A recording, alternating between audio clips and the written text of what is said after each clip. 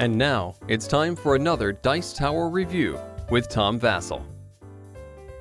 Hey folks, I'm Tom Vasel, and today we're taking a look at a game called Whistle Stop. Now, Whistle Stop from Bézier Games is another train type game, and when I first got the game, I actually thought that it was a prototype because this white border here looks like a sticker put on a white box. It's not, and the game itself doesn't look like a prototype. It has a pastelish type of look. But this game almost reminds me of a mix of Metro, in which you are connecting trains all over the place, and it's a pick up the delivery game. But it's a very light one compared to many. There's a lot of heavy train games from the 18XX series to Age of Steam and things like that. There's these heavy train ones. This one is a much lighter one. You're going to be getting cubes, delivering those cubes to get stock or points in different ways. Let me show you.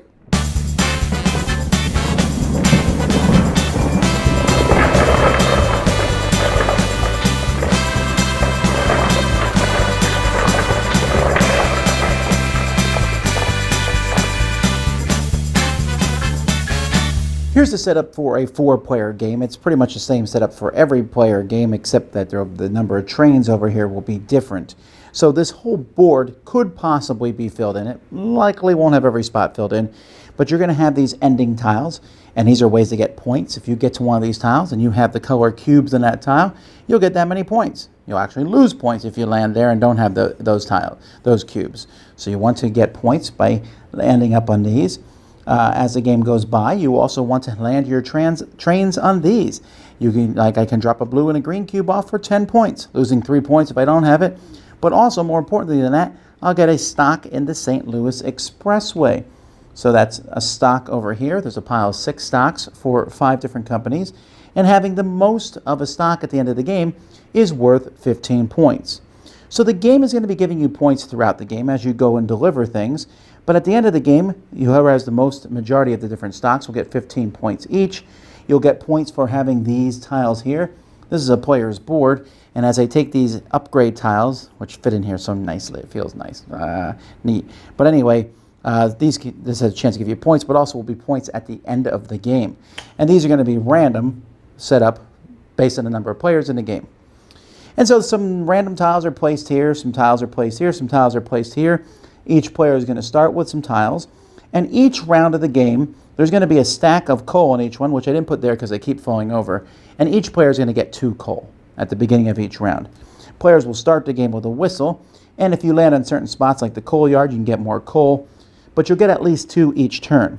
Players are going to take turns, and on your turn, you can either put coal or whistles on here to show the actions you're going to take, and most of the time, the actions you're going to take are moving trains. So let's focus here real quickly on the trains.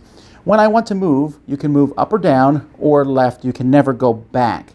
So let's say this pink train uses a coal to move to this stop. That gives me a blue cube.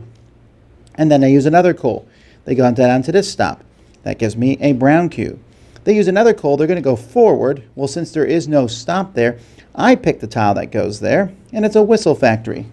And that whistle factory is going to give me a whistle. So you can set the tiles up. Maybe I want to go forward again with a coal, and so I'll put this tile here, and that lets me go. There's no stop. I keep going to get the next stop, which is the coal yard, which gives me 2 coal. So you can go up or down when you're finished moving, or you can go to the left, and you go 1 stop with a coal. A whistle lets you go 2 stops. You ignore the first stop, so you can even go through another train. Normally, if a train's at a stop, someone else can't go into it, except for the big ones. There can be multiple trains that go into those, but you can skip through it with a whistle, and in fact, a whistle lets you go the opposite direction. That's pretty much what I told you is the whole game. You're going to be moving around with your trains on your turn, as long as you have enough coal, and like I said, you'll have at least 2 every turn. You might have more. You can save it up from previous turns. There's a spot here, a gold mine. When you land on a gold mine, you'll draw a gold nugget. At the end of the game, you'll reveal these, and they're going to be worth 3, 4, or 5 points. And you'll also be getting shares. Now, there's only 6 shares of each company, so at the end of the game, if there's a tie for shares, whoever has the lower number is going to win that tie. And there's also a stock market, or maybe 2 of them. At the end, if you land here, you give up 1 of your shares, and then you'll get 3 points for all your other shares. Or there's a possibility of another tile showing up in the game that does the same thing but it's 4 points. And so there's all sorts of various tiles that you will run across. There's tiles where you can trade things. There's tiles that just basically give you a cube of your choice. And there's all sorts of things. And as time goes by, like I said, the whole board will fill in and look cool.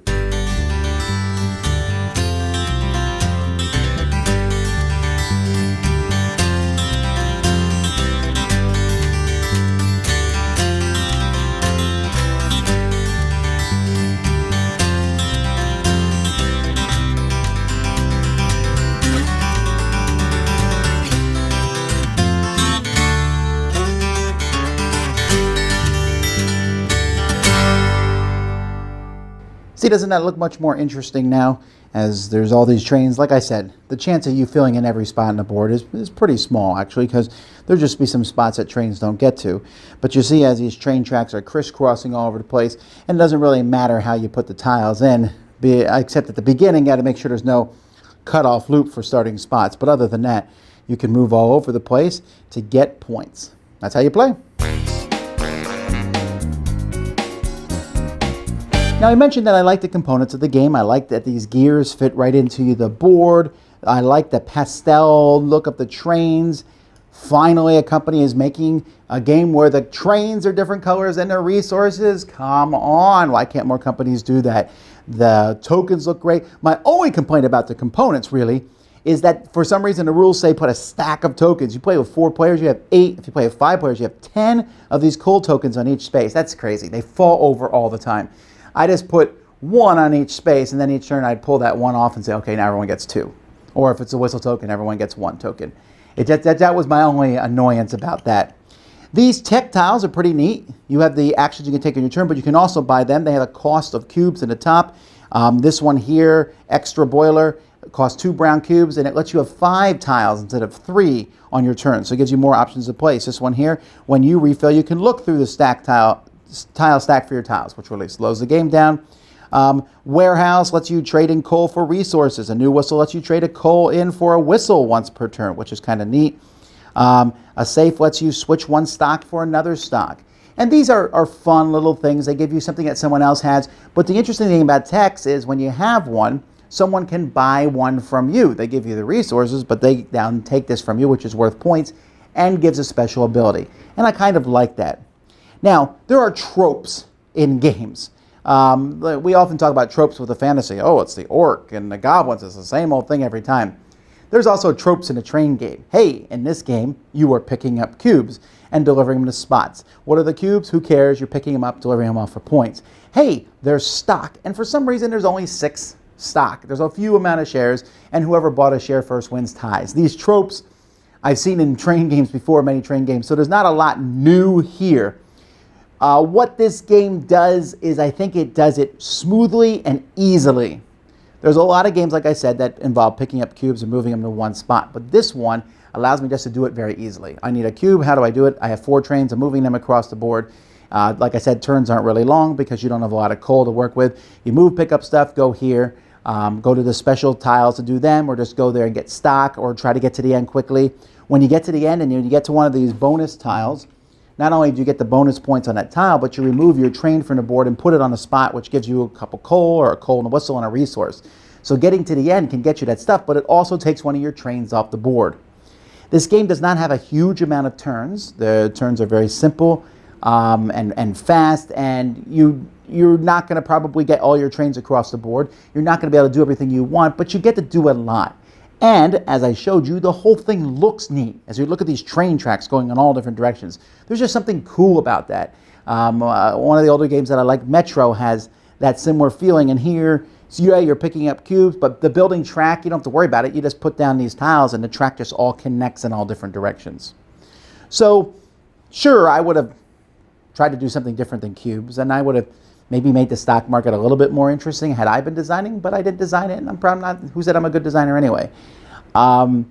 This is going to fit a very good sweet spot for a lot of people who want to play these train games where you pick up and deliver, and I fit in that crowd. I like to do that. I just don't necessarily want to play 3 or 4 hours of heavy thinking. This one is an hour, maybe 90 minutes at the most. There is interaction between the players a little bit where you block each other with trains, but not too much, or buying the tech out from underneath somebody else. but overall, high quality components, looks neat on the table, and allows you to do choo-choo and move goods from one to another without being overwhelmed. So thumbs up from me, whistle stop. Dice Tower Judgment approved. Thanks so much for watching the Dice Tower videos. Find more great videos and reviews, as well as our top-rated audio podcast at Dicetower.com. You can also find other great shows at Dicetowernetwork.com. I'm Eric Summerer, and you've been watching The Dice Tower. The Dice Tower is sponsored by Cool Stuff Inc., where you can find great games for great prices. Cool stuff in stock. Check them out at CoolStuffInc.com. Shut the door!